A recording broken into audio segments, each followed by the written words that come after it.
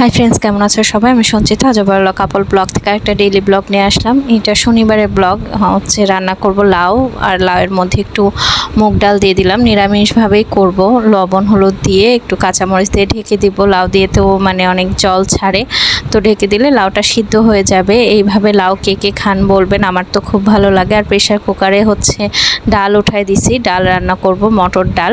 নিরামিষের দিন মানে এই খাবারগুলোই ভালো লাগে বেশি। আর লাউ তো পেট ঠান্ডা রাখে, লাউ কিন্তু অনেক উপকারী। আর লাউয়ের চোচাও মানে খাওয়া যায় ভাজি, মানে আমার তো খুব ভালো লাগে। আর বরমাসা অনেক পছন্দ করে। আর এদিকে ভাত উঠাই দিয়েছি, আস্তে আস্তে রান্না করে নিচ্ছি।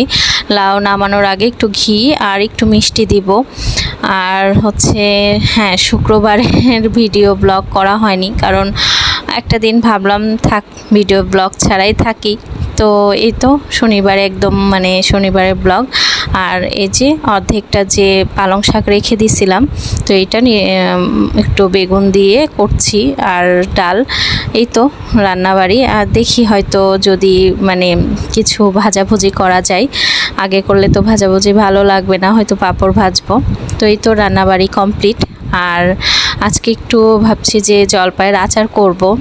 এই শীত তো চলে আসছে, আর এখন তো বাজারে ভালোই জলপাই পাওয়া যায়। তো বরমশাইকে বলছিলাম, ও জলপাইও নিয়ে আসছে আর বাড়ি থেকে গুড় নিয়ে আসছে। তো এখন যাচ্ছি পড়াতে, পড়ায় টড়াই এসে আচারটা করব। তো মানে আচার একটু মানে বিকালের দিকেই করব, পড়ানো মানে খালা আসার আগেই করে ফেলবো, যাতে আচার করলে তো একটু চুলার পাটটা বেশি নোংরা হয়।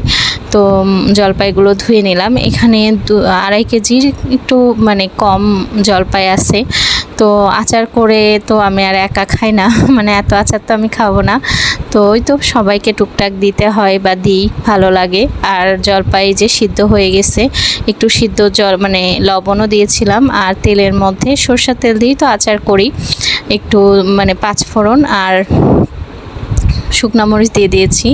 আর এই যে এই গুড়টা নিয়ে আসছিল, গুড়টা আর মানে ভাঙতে পারিনি, কাটলে হতো, তো আর কাটতে ইচ্ছা করলো না, ওইভাবেই দিয়ে দিয়েছি। আর জলপাইও দিয়ে দিলাম। এখন লবণ হলুদ দিয়ে দিয়েছি একটু। আর এই যে এখন কষাই নিব, মানে একদম তেল ছাড়া পর্যন্ত করতেই থাকবো। এই দেখেন জলপাইগুলো সব কিন্তু একদম মানে ঘেটে গেছে, মানে মাখা মাখা হয়ে গেছে, আর জলও ছেড়ে দিছে। তো এখন নামানোর আগে একটু মশলা দিয়ে দিব, মানে যেটা আচারের মশলা বলে, আমি তো করেই রাখি। এই হচ্ছে একটু মেথি, মৌরি আর 5 ফোড়ন দিয়ে জিরা দিয়ে মানে ব্লেন্ড করে রাখছি, এই মশলা দিয়ে দিলাম। আচার কিন্তু খাইতে মজাই হয়েছে।